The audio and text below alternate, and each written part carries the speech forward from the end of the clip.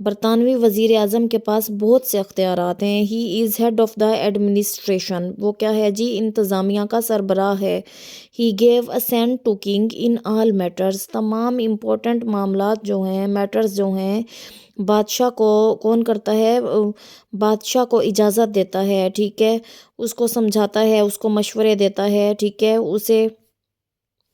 اسے کنسنٹ دیتا ہے. ٹھیک ہے نا، مختلف جو حکومتی معاملات ہیں ان کو چلانے کے لیے. دیکھو جی، اب ہم نے دیکھ لیا آج کے ٹاپک میں کہ وزیر اعظم کیا ہے. ٹھیک ہے، اسے کون سے ہاؤس میں سے چنا جاتا ہے، اس کا انتخاب جو ہے کون کرتا ہے.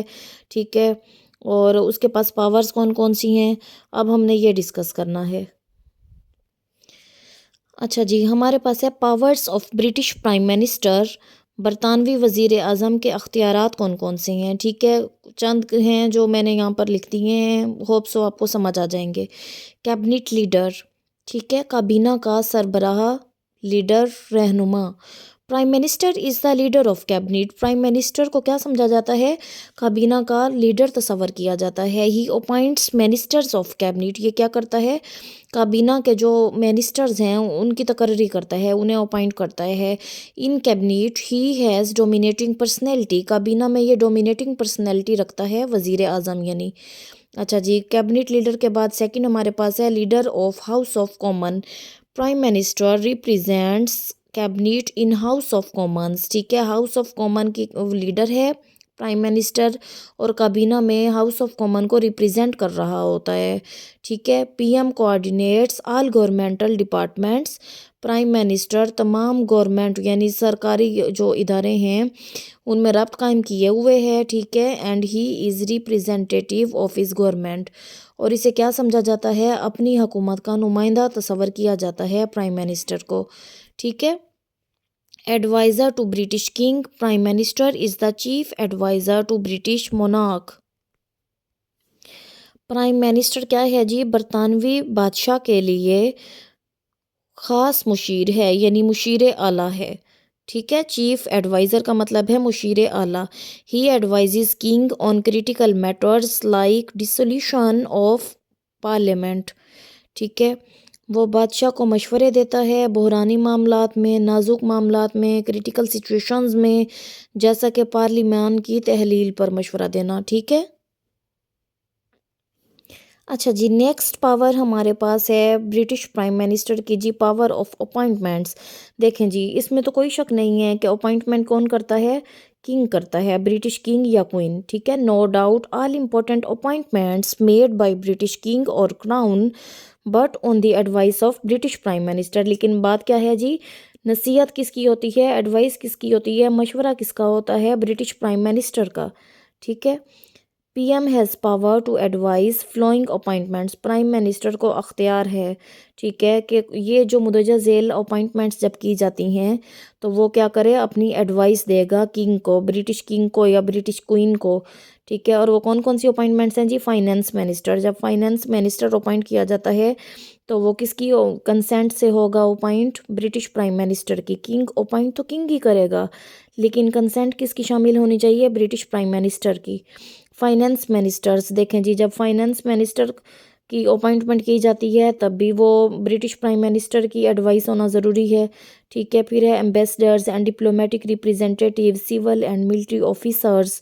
ٹھیک ہے، منسٹرز آف کیبنٹ. ان تمام میں برٹش کنگ جو ہے جب ان سب کو اپوائنٹ کرنے لگے گا تو برٹش پرائم منسٹر کی کنسینٹ لے لے گا.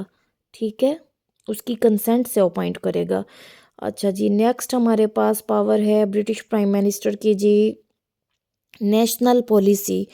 British prime minister possesses power to make national policy.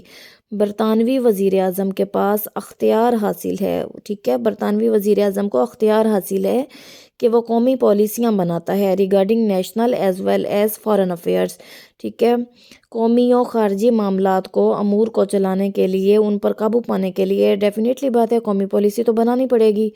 So we can say that P M is national leader of his country. اس لیے ہم کہہ سکتے ہیں کہ پرائم منسٹر جو ہے وہ اپنے ملک کا نیشنل لیڈر ہے، قومی رہنما ہے.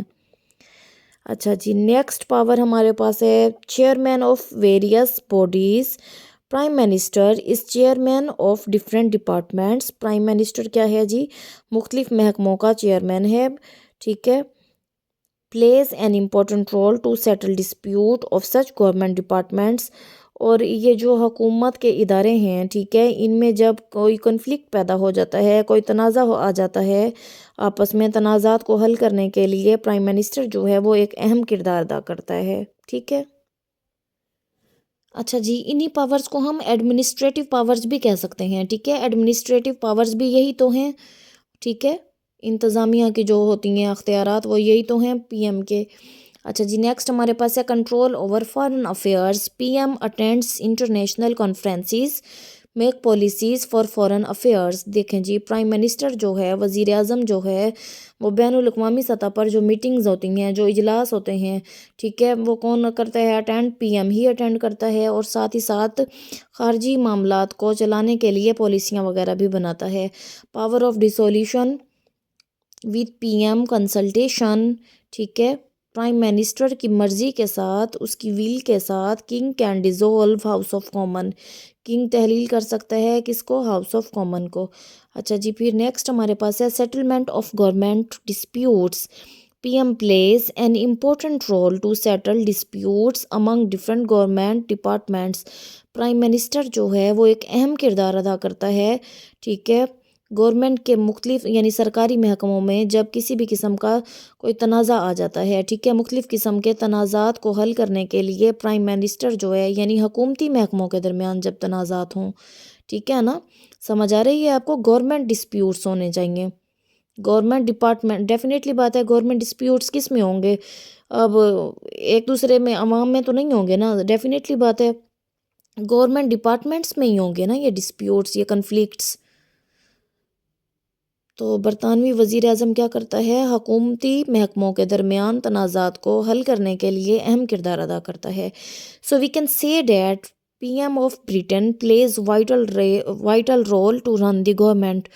تو ہم کہہ سکتے ہیں برطانوی وزیر اعظم جو ہے وہ ایک اہم کردار، ایک کلیدی کردار ادا کرتا ہے ٹھیک ہے، اپنی حکومت کو چلانے کے لیے.